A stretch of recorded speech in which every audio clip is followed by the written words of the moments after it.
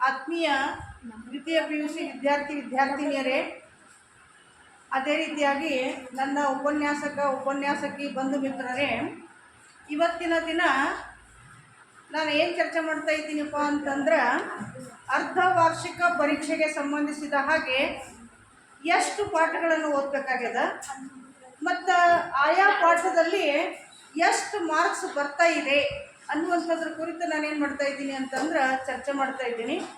ಅದಕ್ಕಾಗಿ ನೀವು ಎಲ್ಲರೂ ಸ್ವಲ್ಪ ಏನು ಮಾಡಬೇಕಪ್ಪ ಅಂತಂದ್ರೆ ಗಮನ ಇಟ್ಟು ಕೇಳಬೇಕು. ಈಗ ಅರ್ಧ ವಾರ್ಷಿಕ ಪರೀಕ್ಷೆಗೆ ಸಂಬಂಧಿಸಿದಂಗೆ ನಮಗೆ ಬರುವಂತಹ ಪಾಠಗಳು ಯಾವುದಪ್ಪ ಅಂತಂದ್ರೆ 5 ಪಾಠ ಬರ್ತಾ ಇದೆ. 5 ಪಾಠಕ್ಕೆ ಸಂಬಂಧಿಸಿದಂಗೆ ಚಾಪ್ಟರ್ ವೈಸ್ ನಾ ಏನು ಮಾಡ್ತೀನಪ್ಪ ಅಂತಂದ್ರೆ ಬ್ಲೂ ಪ್ರಿಂಟ್ ಹೇಳ್ತಾ ಹೋಗ್ತಾ ಇದ್ದೀನಿ. ಅದರಲ್ಲಿ ಮೊದಲನೇ ಚಾಪ್ಟರ್ಗೆ ನಮಗೆ 14 ಮಾರ್ಕ್ಸ್ ಅದಾವೆ. ಎಷ್ಟು? 14 ಮಾರ್ಕ್ಸ್. ಈ 14 ಮಾರ್ಕ್ಸ್ಗಳನ್ನು ನಾವು ಹೇಗೆ ಡಿವೈಡ್ ಮಾಡ್ಕೊಳ್ಬೇಕು ಅನ್ನುವಂಥದ್ದನ್ನು ಹೇಳ್ತಾ ಇದ್ದೀನಿ. ಮೊದಲೇದು 1 ಮಾರ್ಕ್ಸಿಂದು 2 ಕ್ವಶನ್ ಬರ್ತದೆ ರೀ. ಆಮೇಲೆ 2 ಮಾರ್ಕ್ಸಿಗೆ ಸಂಬಂಧಿಸಿದಂಗೆ 1 ಪ್ರಶ್ನೆ ಬರ್ತದೆ ಮತ್ತು 5 ಮಾರ್ಕ್ಸಿಗೆ ಸಂಬಂಧಿಸಿದಂಗೆ 2 ಪ್ರಶ್ನೆ.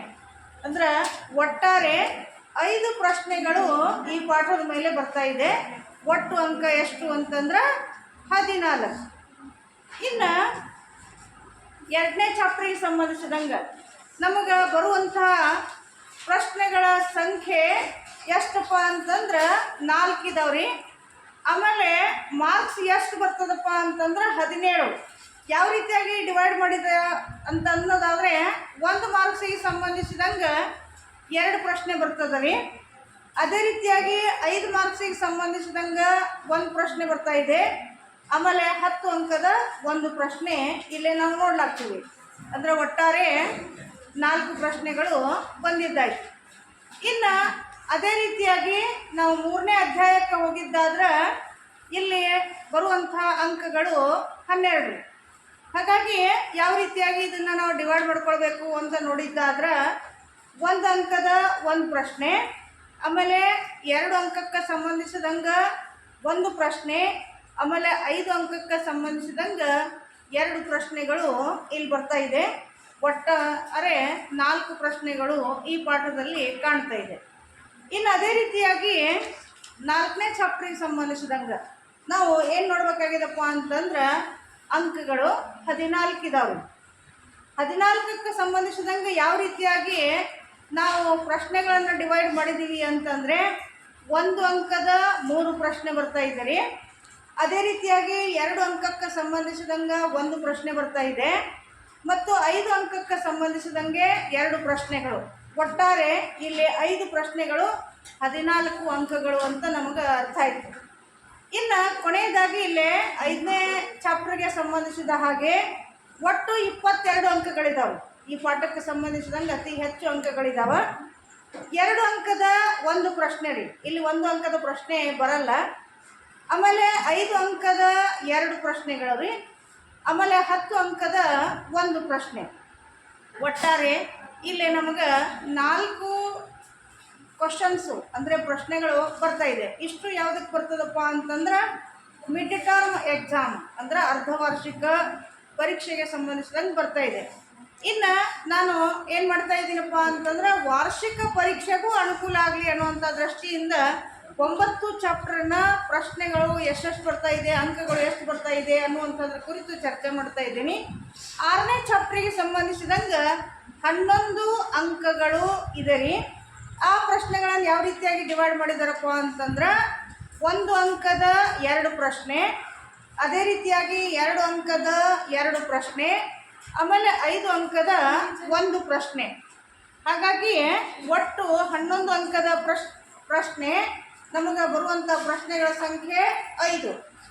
ಇನ್ನು ಅದೇ ರೀತಿಯಾಗಿ ಈ ಒಂದು 7ನೇ ಚಾಪ್ಟರ್ಗೆ ಅಂದರೆ ಅಧ್ಯಾಯ 7ಕ್ಕೆ ಸಂಬಂಧಿಸಿದ ಹಾಗೆ ನಾನು ಇಲ್ಲಿ ಹೇಳ್ತಾ ಇರುವಂಥ ಅಂಕ 18. ಆವಾಗ 18ಗೆ ಸಂಬಂಧಿಸಿದ ಹಾಗೆ 1 ಅಂಕದ 1 ಪ್ರಶ್ನೆ, ಅದೇ ರೀತಿಯಾಗಿ 2 ಅಂಕದ 1 ಪ್ರಶ್ನೆ, ಆಮೇಲೆ 5 ಅಂಕದ 1 ಪ್ರಶ್ನೆ, 10 ಅಂಕದ 1 ಪ್ರಶ್ನೆ. ಒಟ್ಟು 4 ಪ್ರಶ್ನೆಗಳು, ಆಮೇಲೆ 18 ಅಂಕಗಳು. ಇನ್ನು ನಾವು ನೇರವಾಗಿ 8ನೇ ಅಧ್ಯಾಯಕ್ಕೆ ನಾವು ಹೋಗಿದ್ದಾದ್ರೆ ಇದಕ್ಕೆ ಬರುವಂತಹ ಅಂಕಗಳು 19. ಆಮೇಲೆ ಪ್ರಶ್ನೆಗಳು 2 ಮಾರ್ಕ್ಸ್ದು 1 ಪ್ರಶ್ನೆ, ಕ್ಷಮಿಸಿ 2 ಅಂಕದ 2 ಪ್ರಶ್ನೆಗಳು, ಅದೇ ರೀತಿಯಾಗಿ 5 ಅಂಕದ 1 ಪ್ರಶ್ನೆ, 10 ಅಂಕದ 1 ಪ್ರಶ್ನೆ, ಒಟ್ಟಾರೆ 4 ಪ್ರಶ್ನೆಗಳು ಇಲ್ಲಿ ಬರ್ತಾ ಇದೆ. ಇನ್ನು 9ನೇ ಅಧ್ಯಾಯಕ್ಕೆ ಸಂಬಂಧಿಸಿದಂಗೆ 17 ಅಂಕಗಳು, 1 ಅಂಕದ 1 ಪ್ರಶ್ನೆ, 2 ಅಂಕದ 3 ಪ್ರಶ್ನೆ, 5 ಅಂಕದ 2 ಪ್ರಶ್ನೆ, ಒಟ್ಟಾರೆ 6 ಪ್ರಶ್ನೆಗಳು ಬರ್ತಾ ಇದೆ. ಈ ಒಂದು ಬ್ಲೂ ಪ್ರಿಂಟ್ ನಾವು ನೋಡಿದ್ದಾದ್ರೆ 10 ಅಂಕದ ಪ್ರಶ್ನೆಗಳನ್ನು ಎಲ್ಲಿ ಅಧ್ಯಯನ ಮಾಡಬೇಕು? ಇಡೀ 9 ಚಾಪ್ಟರ್ ಓದೋ ಅವಶ್ಯಕತೆ ಇಲ್ಲ. ಹಾಗಾಗಿ ಯಾವ ಚಾಪ್ಟರ್ಗಳನ್ನು ನಾವು ಓದಿದ್ದಾದ್ರೆ 10 ಅಂಕದ ಪ್ರಶ್ನೆಗೆ ನಾವು ಯಶಸ್ವಿ ಆಗ್ತೀವಿ ಅನ್ನುವಂಥದ್ದನ್ನು ನಾವು ನೋಡಿದ್ದೆ ಆದರೆ 2ನೇ ಅಧ್ಯಾಯದಲ್ಲಿ 10 ಅಂಕದ ಪ್ರಶ್ನೆ ಬರ್ತಾ ಇದೆ. ಅದೇ ರೀತಿಯಾಗಿ 5ನೇ ಅಧ್ಯಾಯದಲ್ಲಿ 10 ಅಂಕದ ಪ್ರಶ್ನೆ ಬರ್ತಾ ಇದೆ. ಆಮೇಲೆ 7ನೇ ಅಧ್ಯಾಯದಲ್ಲಿ 10 ಅಂಕದ ಪ್ರಶ್ನೆ ಬರ್ತಾ ಇದೆ. ಮತ್ತು ಇಲ್ಲಿ 8ನೇ ಅಧ್ಯಾಯದಲ್ಲಿ 10 ಅಂಕದ ಪ್ರಶ್ನೆ. ಅಂದರೆ ಇಷ್ಟೇ ಚಾಪ್ಟರ್ಗಳನ್ನು ನೀವು ಓದಿದ್ದಾದ್ರೆ 10 ಅಂಕದ ಪ್ರಶ್ನೆಗಳು ನಮಗೆ ಅನುಕೂಲ ಆಗ್ತದೆ. ಈಗ ಫಾರ್ ಎಕ್ಸಾಂಪಲ್ ಇಲ್ಲಿ ನಾವು 10 ಅಂಕಕ್ಕೆ ಸಂಬಂಧಿಸಿದ ಹಾಗೆ ಈ 2ನೇ ಅಧ್ಯಾಯದಲ್ಲಿ ಮತ್ತು ಅದೇ ರೀತಿಯಾಗಿ 5ನೇ ಅಧ್ಯಾಯದಲ್ಲಿ ಬರುವಂಥ ನಾವು 2 ಪ್ರಶ್ನೆಗಳನ್ನು ಬಹಟ್ ಮಾಡಿದರೂ ಸಾಕ್ರಿ. ಯಾಕಂತಂದ್ರೆ ಈಗ ನಾವು ಕಡಿಮೆ ಅವಧಿ ಅದ, ಈಗ ಅಕ್ಟೋಬರ್ ಬರ್ತಾ ಇದೆ, ಹಾಗಾಗಿರೋದ್ರಿಂದ ಭಾಳ ಸಮಯ ಕಡಿಮೆ ಅದ, 5 ತಿಂಗಳದ. 5 ತಿಂಗಳ ಒಳಗಾಗಿ ನಾವು ಎಲ್ಲ ಸಿಲೆಬಸ್ ಕವರ್ ಮಾಡೋಕ್ಕಾಗಲ್ಲ. ಅದಕ್ಕೆ ಸ್ಮಾರ್ಟ್ ವರ್ಕ್ ಮಾಡಬೇಕಾಗದ, ಹಾರ್ಡ್ ವರ್ಕ್ ಮಾಡೋದು ಬೇಡ. 4 ಅಧ್ಯಾಯಗಳನ್ನು ಅಧ್ಯಯನ ಮಾಡ್ತಾ ಕೊಡೋಕ್ಕಿಂತಲೂ ಬೆಟರ್ ಟು ರೀಡ್ 2 ಚಾಪ್ಟರ್ ಮಾತ್ರ. ಯಾವುದು ಅಂತಂದರೆ 2ನೇ ಅಧ್ಯಾಯ ಮತ್ತು 5ನೇ ಅಧ್ಯಾಯ. ಅಲ್ಲಿರುವಂಥ ಅಂದರೆ ಒಟ್ಟಾರೆ ಅವ್ರು ಏನು ಮಾಡ್ತಾರಪ್ಪ ಅಂತಂದ್ರೆ ಪರೀಕ್ಷೆಯೊಳಗೆ 4 ಪ್ರಶ್ನೆಗಳನ್ನು ಕೊಡ್ತಾ ಇದ್ದಾರೆ. 4 ಚಾಪ್ಟರ್ಗೆ ಸಂಬಂಧಿಸಿದಂಗೆ ಒಂದೊಂದು ಪ್ರಶ್ನೆ ಕೊಡ್ತಾ ಇರೋದ್ರಿಂದ ನಾವು 2 ಚಾಪ್ಟರ್ ಯಾವುದಾದ್ರೂ ಪರ್ಫೆಕ್ಟ್ ಮಾಡ್ಕೊಂಡ್ರೆ ಸಾಕ್ರಿ, ನಮಗೆ 20 ಅಂಕಗಳೇನಾಗ್ತದಪ್ಪ ಅಂತಂದರೆ ಸುಲಭವಾಗಿ ಸಿಗ್ತಾ ಇದೆ. ಹಾಗಾಗಿ ಸುಲಭವಾಗಿರುವಂತಹ ಪಾಠಗಳು ಯಾವುದಪ್ಪ ಅಂತಂದ್ರೆ 2ನೇ ಅಧ್ಯಾಯ, 5ನೇ ಅಧ್ಯಾಯ ಮತ್ತು 7ನೇ ಅಧ್ಯಾಯ. ನಿಮಗೆ ಬೇಕಿದ್ರೆ 5ನೇ ಅಧ್ಯಾಯ ಮಾಡಿರಿ, ಇಲ್ಲಂತಂದ್ರೆ ಬೇಡದಿದ್ರೆ 7ನೇ ಅಧ್ಯಾಯವನ್ನು ನೀವು ಮಾಡಿದ್ದಾದರೂ ಸಾಕ್ರಿ, ನಮಗೇನು ಸಿಗ್ತದಪ್ಪ ಅಂತಂದ್ರೆ ಇಲ್ಲಿ 20 ಅಂಕಗಳು ನಮ್ಮ ಜೇಬಲ್ಲೇ ಬರ್ತಾ ಇದೆ. ಇನ್ನು ಅದೇ ರೀತಿಯಾಗಿ ನಾವು 5 ಅಂಕಕ್ಕಾಗಿ ಸಂಬಂಧಿಸಿದ ಹಾಗೆ ಯಾವ ಅಧ್ಯಾಯದಲ್ಲಿ ನಾವು ನೋಡ್ತಾ ಹೋಗಿದ್ದಾದ್ರೆ ಒಟ್ಟು ನಮಗೆ 9 ಪ್ರಶ್ನೆಗಳನ್ನು ಕೊಟ್ಟಿರ್ತಾರೆ ಪರೀಕ್ಷೆಯಲ್ಲಿ. ಅದರೊಳಗೆ ನಾವು ಬಿಡಿಸ್ಬೇಕಾದದ್ದು ಎಷ್ಟಪ್ಪ ಅಂತಂದ್ರೆ 6. ಸೊ ಹಾಗಾಗಿ ಆ 6 ಪ್ರಶ್ನೆಗಳನ್ನು ಬಿಡಿಸುವಾಗ ನೀವು ಇಡೀ ಪುಸ್ತಕವನ್ನು ಓದೋ ಅವಶ್ಯಕತೆ ಇಲ್ಲ. ಅಂದ್ರೆ ನಾನು ವಿದ್ಯಾರ್ಥಿಗಳ ಹಿತದೃಷ್ಟಿಯಿಂದ ಹೇಳ್ತಾ ಇದ್ದೀನಿ ರೀ, ಕಡಿಮೆ ಅವಧಿಯಲ್ಲಿ ಅತಿ ಹೆಚ್ಚು ಅಂಕಗಳನ್ನು ಗಳಿಸೋದು ಹೇಗೆ ಅನ್ನುವಂಥ ರೀತಿಯಲ್ಲಿ. ಈಗ ಫಾರ್ ಎಕ್ಸಾಂಪಲ್ ನಾವು ಏನು ಮಾಡಿದ್ದೀವಪ್ಪ ಅಂತಂದ್ರೆ ಈಗಾಗಲೇ ನೀವು ಮಿಡ್ ಟರ್ಮ್ ಎಕ್ಸಾಮ್ಗೆ ತಯಾರಿ ಮಾಡಿರುವಂತಹ ಇದರಲ್ಲಿಯೇ ನಾವು ಯಾವ ರೀತಿಯಾಗಿ ಅಭ್ಯಾಸವನ್ನು ಆ್ಯನ್ಯುವಲ್ ದೃಷ್ಟಿಯಿಂದ ನೋಡಬೇಕಾಗ್ಯದ ಅನ್ನುವಂಥದ್ದನ್ನು ನಾವು ನೋಡಿದ್ದಾದ್ರೆ, ಈಗ ಫಾರ್ ಎಕ್ಸಾಂಪಲ್ 1ನೇ ಚಾಪ್ಟರ್ಗೆ ಸಂಬಂಧಿಸಿದಂಗೆ ಅಲ್ಲೇನಪ್ಪ ಅಂತಂದ್ರೆ 1947ರ ಕಾಯ್ದೆ ಇರ್ಬೋದು, 1935ರ ಕಾಯ್ದೆ ಇರ್ಬೋದು, ಮತ್ತು ಅದೇ ರೀತಿಯಾಗಿ ಏನಪ್ಪ ಅಂತಂದ್ರೆ ಜಮ್ಮು ಕಾಶ್ಮೀರ, ಜುನಾಗಢ, ಈ ರೀತಿಯಾಗಿ ಹೈದರಾಬಾದ್, ಇಂತಹ ಪ್ರಶ್ನೆಗಳು ಅಲ್ಲಿ ಬರೋ ಚಾನ್ಸಸ್ ಇರ್ತದೆ. ಮತ್ತು ಅಕಸ್ಮಾತಾಗಿ ನಿಮಗೆ ಏನಾದರೂ ಅಲ್ಲಿ ಪಾಯಿಂಟ್ಸ್ ಇರಲಾರದಂಥ ಪ್ರಶ್ನೆಗಳು, ಫಾರ್ ಎಕ್ಸಾಂಪಲ್ ಮಧ್ಯಂತರ ಸರ್ಕಾರ, ಪ್ರಥಮ ವಾರ್ಷಿಕ ಒಂದು ಚುನಾವಣೆ, ಇಂಥವುಗಳು ಏನಾದರೂ ಬಂದಿದ್ದಾದ್ರೆ, ಸಾರ್ವತ್ರಿಕ ಚುನಾವಣೆ ಬಂದಿದ್ದಾದ್ರೆ ಅಂಥವು ಚಾಯ್ಸ್ ಮಾಡ್ಲಿಕ್ಕೆ ಹೋಗಬೇಡ್ರಿ. ಯಾಕೆ ಅಂತಂದ್ರೆ ಪರೀಕ್ಷೆ ಹಿತದೃಷ್ಟಿಯಿಂದ ಯಾವುದು ಟು ದಿ ಪಾಯಿಂಟ್ ಆನ್ಸರ್ ಬರೀತಾರೆ ಅವುಗಳಿಗೆ ಮಾತ್ರ ಏನಾಗ್ತದಪ್ಪ ಅಂತಂದ್ರೆ ಅತಿ ಹೆಚ್ಚಿನ ಅಂಕಗಳು ಬರಲಿಕ್ಕೆ ಸಾಧ್ಯ ಆಗ್ತದೆ. ಹಾಗಾಗಿರೋದ್ರಿಂದ ನಾವು ಏನು ಮಾಡಬೇಕಾಗಿದೆಪ್ಪ ಅಂತಂದ್ರೆ ಟು ದಿ ಪಾಯಿಂಟ್ ಬರೆಯೋಗೋಸ್ಕರ ಪಾಯಿಂಟ್ ಸಹಿತವಾಗಿರುವಂಥ ಪ್ರಶ್ನೆಗಳನ್ನು ಆಯ್ಕೆ ಮಾಡಬೇಕಾಗ್ತದೆ. ಅಕಸ್ಮಾತ್ ಇದ್ದಿದ್ದಿಲ್ಲ ಅಂತಂದ್ರೆ ಅದನ್ನು ಬಿಟ್ಟು ಬೇರೆ ಪ್ರಶ್ನೆಗಳನ್ನು ನಾವು ಚಾಯ್ಸ್ ಮಾಡಬೇಕು. ಇನ್ನು 2ನೇ ಚಾಪ್ಟರ್ಗೆ ಸಂಬಂಧಿಸಿದ ಹಾಗೆ ಇಲ್ಲೇ 5 ಅಂಕದ ಒಂದು ಪ್ರಶ್ನೆ ಅದ ರೀ. ಅದಕ್ಕೆ ಸಂಬಂಧಿಸಿದಂಗೆ ನಾವು ವಿದ್ಯುನ್ಮಾನ ಮತಯಂತ್ರ ಇರ್ಬೋದು ಅಥವಾ ಎಪಿಕ್ ಅಂದರೆ ಮತದಾರರ ಗುರುತಿನ ಚೀಟಿ ಇರ್ಬೋದು, ಇವುಗಳಿಗೆ ಸಂಬಂಧಿಸಿದ ಹಾಗೆ ಪ್ರಯೋಜನಗಳು, ಉಪಯೋಗಗಳು ಅಂತ ಕೇಳಲು ಬರೋವು, ಅಥವಾ ರಾಜಕೀಯ ಪಕ್ಷಗಳ ಕಾರ್ಯಗಳು, ಆಮೇಲೆ ಅದೇ ರೀತಿಯಾಗಿ ಚುನಾವಣಾ ಆಯೋಗದ ಅಧಿಕಾರಗಳು ಮತ್ತು ಕಾರ್ಯಗಳು ಅನ್ನೋ ರೀತಿಯಲ್ಲಿ ಬರ್ತದೆ. ಅದೇ 10 ಅಂಕಕ್ಕಾಗಿ ನಮಗೆ ಬಂದಿದ್ದಾದ್ರೆ ಭಾರತದ ರಾಜಕೀಯಕ್ಕೆ ಸಂಬಂಧಿಸಿದಂಗೆ ಪಕ್ಷಗಳ ಈ ಪದ್ಧತಿ, ಅದರೊಳಗೆ ಸ್ವರೂಪಗಳ ಕುರಿತು ಏನು ಮಾಡ್ತಾರಪ್ಪ ಅಂತಂದ್ರೆ ಚರ್ಚೆಯನ್ನು ಮಾಡ್ತಾರೆ. ಹಾಗಾಗಿರೋದ್ರಿಂದ ಇವುಗಳ ಕಡೆಗೂ ನಾವು ಏನು ಮಾಡಬೇಕಾಗ್ಯದಪ್ಪ ಅಂತಂದ್ರೆ ಗಮನ ಹರಿಸಬೇಕಾಗ್ಯದ. ಇನ್ನು ಅದೇ ರೀತಿಯಾಗಿ 3ನೇ ಅಧ್ಯಾಯದಲ್ಲಿ 5 ಅಂಕದ ಎರಡು ಪ್ರಶ್ನೆಗಳು ಬರ್ತಾ ಇದೆ. ವೆರಿ ಇಂಪಾರ್ಟೆಂಟ್ ಅದ್ರಿ ಇದು ಚಾಪ್ಟರ್. ಯಾಕಂದ್ರೆ ನಮಗೆ ಸುಲಭವಾಗಿ ಏನಾಗ್ತದಪ್ಪ ಅಂತಂದ್ರೆ ಪ್ರಶ್ನೆಗಳಿಗೆ ಉತ್ತರ ನಾವು ನೋಡಬೇಕಾಗ್ಯದ. ಹಾಗಾಗಿರೋದ್ರಿಂದ 5 ಅಂಕದ 2 ಪ್ರಶ್ನೆಗಳು ಹೆಚ್ಚಾಗಿ ಯಾವ ಬರಲಿಕ್ಕೆ ಸಾಧ್ಯತೆ ಅದ ಅಂತ ನೋಡಿದ್ದಾದ್ರೆ, ಮೊದಲನೇದಾಗಿ ನಾಗರಿಕ ಸೇವಾ ವರ್ಗದ ಲಕ್ಷಣಗಳನ್ನು ನಾವು ಅತಿ ಹೆಚ್ಚಾಗಿ ನೋಡ್ಕೊಳ್ಬೇಕು. 12 ಪಾಯಿಂಟ್ಸ್ ಅದಾವ್ರಿ. ಆ 12 ಪಾಯಿಂಟ್ಸ್ಗಳನ್ನು ನಾವು ಕಂಪ್ಲೀಟಾಗಿ ಬರಿಬೇಕ್ರಿ. ಅರ್ಧಂಬರ್ಧ ಕ್ವಶನ್ಗೆ ಟು ದಿ ಪಾಯಿಂಟ್ ಹಾಕಿ ನಾವು ಬರಿತಿರ್ಬೇಕಾದ್ರೆ ಅರ್ಧ ಪಾಯಿಂಟ್ಸ್ ಬರೆದು ಅರ್ಧ ಉತ್ತರ ಕೊಟ್ಟರೆ ಮುಗಿಯಲ್ಲ, ಅಲ್ಲಿ ನಮ್ಗೆ ಸ್ಕೋರ್ ಆಗಲಿಕ್ಕೆ ಸಾಧ್ಯತೆ ಇಲ್ಲ. ಹಾಗಾಗಿರೋದ್ರಿಂದ ಇಲ್ಲಿ ನಾಗರಿಕ ಸೇವಾ ವರ್ಗದ ಲಕ್ಷಣಗಳಿರ್ಬೋದು, ಅಥವಾ ಮುಖ್ಯ ಕಾರ್ಯದರ್ಶಿಯ ಅಧಿಕಾರಗಳು ಮತ್ತು ಕಾರ್ಯಗಳು, ಈ ರೀತಿಯಾದಂಥ ಪ್ರಶ್ನೆಗಳು ನಮಗೇನಾಗ್ತದಪ್ಪ ಅಂತಂದ್ರೆ ಬರ್ತಾ ಇದೆ. ಇನ್ನು ಅದೇ ರೀತಿಯಾಗಿ 4ನೇ ಅಧ್ಯಾಯಕ್ಕೆ ಸಂಬಂಧಿಸಿದಂಗೆ ಎಲ್ಲ ಚಳುವಳಿಗಳಿದಾವೆ. ಹಾಗಾಗಿರೋದ್ರಿಂದ ದಲಿತ ಚಳುವಳಿ, ಹಿಂದುಳಿದ ವರ್ಗಗಳ ಚಳುವಳಿ, ಮಹಿಳಾ ಚಳುವಳಿ, ರೈತ ಚಳುವಳಿಗಳನ್ನು ನಾವು ಸಾಧ್ಯವಾದಷ್ಟು ನೋಡ್ಕೊಳ್ಬೇಕ್ರಿ. ಅಕಸ್ಮಾತ್ ನೀವೇನಾದರೂ ನೋಡ್ಕೊಳ್ದಿತ್ತಪ್ಪ ಅಂತಂದ್ರೆ ಸಿಚುವೇಶನ್ನ ನೋಡ್ಕೊಳ್ಬೇಕ್ರಿ. ಜನವರಿ ತಿಂಗಳವರೆಗೂ ಎಂಥ ಸಮಸ್ಯೆಗಳು ಉದ್ಭವ ಆಗ್ಯದ ಅಂಥೇಳಿ ಅಕಸ್ಮಾತ್ ಹಂಗೇನಾದರೂ ಇದ್ದಪ್ಪ ಅಂತಂದ್ರೆ ನೀವು ಕಾರ್ಮಿಕ ಚಳವಳಿಯನ್ನು ನೋಡ್ಕೊಳ್ರಿ. ಆಮೇಲೆ ಅದೇ ರೀತಿಯಾಗಿ ಪರಿಸರ ಚಳವಳಿಯನ್ನು ನೋಡ್ಕೊಳ್ರಿ. ಇಲ್ಲವ ಅಂತಂದ್ರೆ ಅದನ್ನು ನೋಡೋ ಅವಶ್ಯಕತೆ ಇಲ್ಲ. ಅತಿ ಹೆಚ್ಚಾಗಿ ನೀವೇನು ನೋಡ್ಕೊಳ್ಬೇಕಪ್ಪ ಅಂತಂದ್ರೆ ರೈತ ಚಳವಳಿ ಮತ್ತು ಈ ಒಂದು ಮಹಿಳಾ ಚಳವಳಿ ಅನ್ನೋದನ್ನು ನಾವು ನೋಡ್ಕೊಳ್ಬೇಕು. ಒಂದೇ ಸಾರಿ ಏನಾಗ್ಯದಪ್ಪ ಅಂತಂದ್ರೆ ಮಹಿಳಾ ಚಳವಳಿಗೆ ಸಂಬಂಧಿಸಿದಾಗ ಬಂದದ. ಇನ್ನು ರಾಜಕೀಯ ಪರಿಣಾಮಗಳನ್ನು ಕೇಳಿದ್ದಾದ್ರೆ ಅಲ್ಲಿ 10 ಅಂಕ ಬರ್ತದ. ಇಲ್ಲಪ್ಪ ಅಂತಂದ್ರೆ ಅಲ್ಲಿ 5 ಅಂಕದ ಪ್ರಶ್ನೆಗಳು ಮಾತ್ರ ಬರ್ತಾ ಇದೆ. ಹಾಗಾಗಿ 5 ಅಂಕದ 2 ಪ್ರಶ್ನೆ ಇರೋದ್ರಿಂದ ಒಂದಕ್ಕೆ ನಾವೇನು ಮಾಡ್ತಾರಪ್ಪ ಅಂತಂದ್ರೆ ಕಾರಣಗಳನ್ನು ಕೇಳ್ತಾರೆ, ಇನ್ನೊಂದಕ್ಕೆ ಏನು ಕೇಳ್ತಾರಪ್ಪ ಅಂತಂದ್ರೆ ರಾಜಕೀಯ ಪರಿಣಾಮಗಳನ್ನು ಕೇಳ್ತಾ ಇದ್ದಾರೆ. ಸೊ ಹಾಗಾಗಿ ಇಷ್ಟು 5 ಅಧ್ಯಾಯಕ್ಕೆ ಸಂಬಂಧಿಸಿದಂಗೆ ನಾವು ಮಿಡ್ ಟರ್ಮ್ಗೆ ನಾನು ಪ್ರಶ್ನೆಗಳನ್ನು ಹೇಳಿದ್ದೀನಿ. ಮತ್ತು ಮುಂದಿನ ಭಾಗದಲ್ಲಿ ಏನು ಮಾಡ್ತೀನಪ್ಪ ಅಂತಂದ್ರೆ ಈ ಒಂದು ಯಾವ್ಯಾವ ಪಾಠಕ್ಕೆ ಏನೇನು ಬೀಳ್ತಾ ಇದೆ ಅನ್ನುವಂಥದ್ದನ್ನು ಹೇಳ್ತೀನಿ. ಯಾಕೆಂದ್ರೆ ಭಾಳ ಕನ್ಫ್ಯೂಸ್ ಆಗ್ತದೆ. ಇನ್ನು ಅಭ್ಯಾಸ ಮಾಡುವಂಥ ವಿಧಾನ ಭಾಳ ಸುಲಭವಾಗಿ ಹೇಳ್ತಾ ಇದ್ದೀನಿ ರೀ. ನಮಗೆ 5 ತಿಂಗಳದ ಅಂತಂದ್ರೆ ಎಷ್ಟಪ್ಪ ಅಂತಂದ್ರೆ 150 ದಿನಗಳು ಸಿಗ್ತಾ ಇದೆ. ಹಾಗಾಗಿರೋದ್ರಿಂದ ನಮಗೆ ಭಾಳ ಮಹತ್ವದ ಯಾವುದಪ್ಪ ಅಂತಂದ್ರೆ 1 ಮತ್ತು 2 ಅಂಕದ ಪ್ರಶ್ನೆ. ನಾವು ಡೈಲಿ ಏನಪ್ಪ ಅಂತಂದ್ರೆ 1 ಅಂಕದ ಒಂದೇ ಪ್ರಶ್ನೆ ಬಹಳ ಮಾಡಿದ್ದೀವಿ ಅಂತಂದ್ರೂ 150 ಪ್ರಶ್ನೆ ಆಗ್ತದೆ ರೀ. ಹಾಗಾಗಿರೋದ್ರಿಂದ ಯಾವ ವಿದ್ಯಾರ್ಥಿಗಳು ಹೆದರ್ಲಾರ್ದೆ, ಧೈರ್ಯಗೆಡಲಾರ್ದೆ ಆರಾಮವಾಗಿ ನಾವೇನು ಮಾಡ್ಕೊಳ್ಬೋದಪ್ಪ ಅಂತಂದ್ರೆ ಪ್ರಶ್ನೆಗಳನ್ನು ಬಹಳ ಮಾಡ್ಬೋದು. ಸಾಧ್ಯ ಆದರೆ ಡೈಲಿ 2 ಅಂಕದ 1 ಪ್ರಶ್ನೆ, 1 ಅಂಕದ 1 ಪ್ರಶ್ನೆಯನ್ನು ನೀವು ಮಾಡಿದ್ದಾದ್ರೆ ನಮಗೆ 150 ಪ್ರಶ್ನೆಗಳು ಬಹಳ ಆಗ್ತದೆ ರೀ.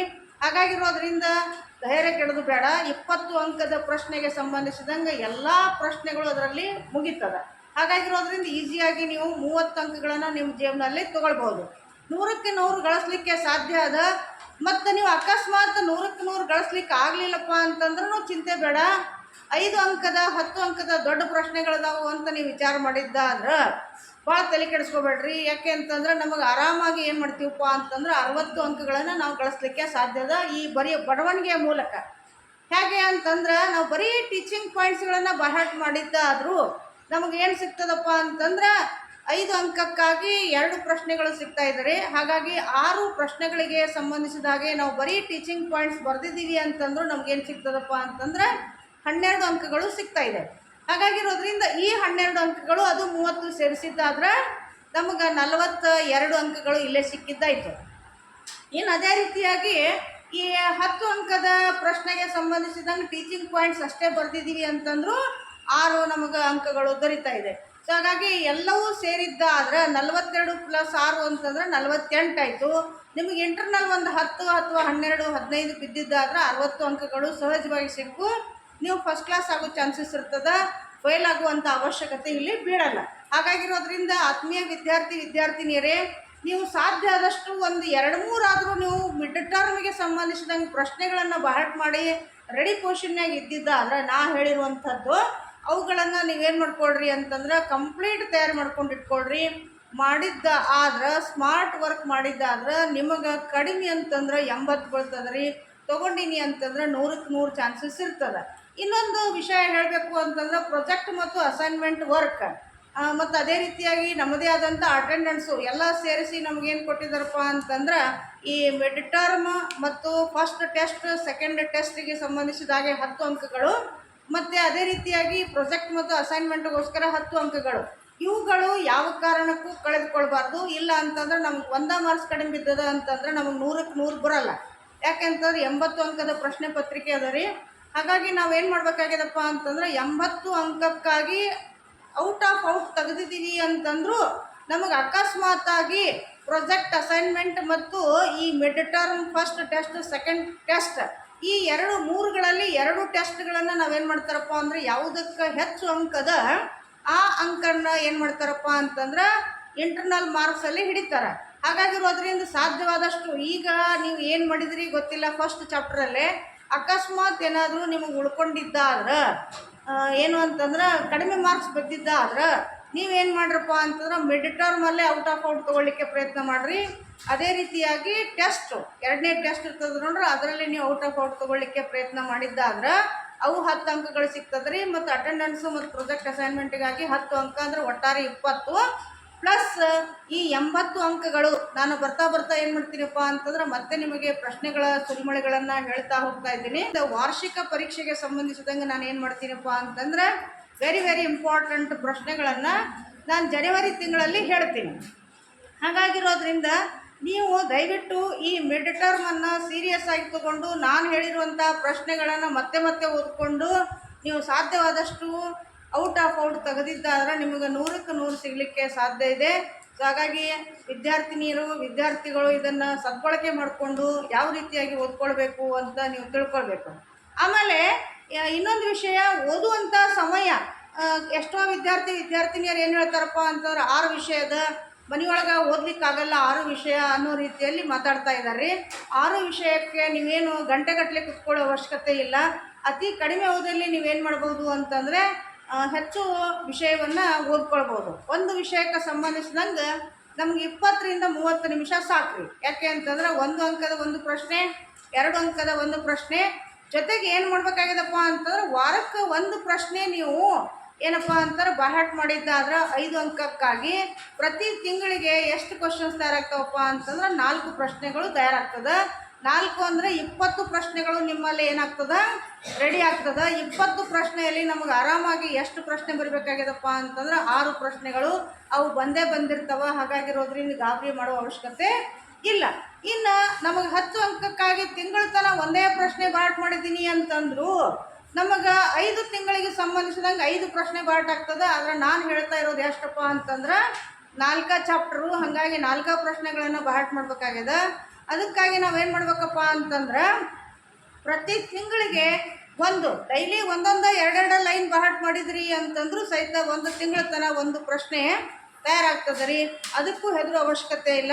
ಅಲ್ಲಿಯೂ ಸಹಿತ ನಿಮಗೆ 20 ಅಂಕಗಳು ಬೀಳಲಿಕ್ಕೆ ಸಾಧ್ಯ ಆಗ್ತದೆ. ಮನಸ್ಸಿದ್ರೆ ಮಾರ್ಗ ಅಂತ ಹೇಳ್ತಾರೆ ರೀ. ಹಾಗಾಗಿ ನೀವೇನು ಮಾಡ್ಬೋದು ಅಂತಂದ್ರೆ ಅತಿ ಹೆಚ್ಚು ಅಂಕಗಳನ್ನು ಗಳಿಸ್ಲಿಕ್ಕೆ ಆಗುತ್ತದೆ. ಹೆದರೋ ಅವಶ್ಯಕತೆ ಇಲ್ಲ. ಈ ಮೆಥಡ್ ನೀವು ಫಾಲೋ ಮಾಡಿದ್ದಾದ್ರೆ ಯಾರು ಟೀಚರ್ಸ್ ಹೇಳಿ ಅಥವಾ ಬಿಡಲಿ, ನಿಮ್ಮಷ್ಟಕ್ಕೆ ನೀವು ತಯಾರಿ ಮಾಡಿದ್ದಾದ್ರೆ ರಾಜ್ಯ ಮಟ್ಟಕ್ಕೆ ರ್ಯಾಂಕ್ ತಗೊಳ್ಳಿಕ್ಕೆ ಏನು ಹಿಂದೆ ಸರಿಯಲ್ಲ. ನಮ್ಮ ಉತ್ತರ ಕರ್ನಾಟಕದವ್ರು ಏನೂ ಕಡಿಮೆ ಇಲ್ಲ.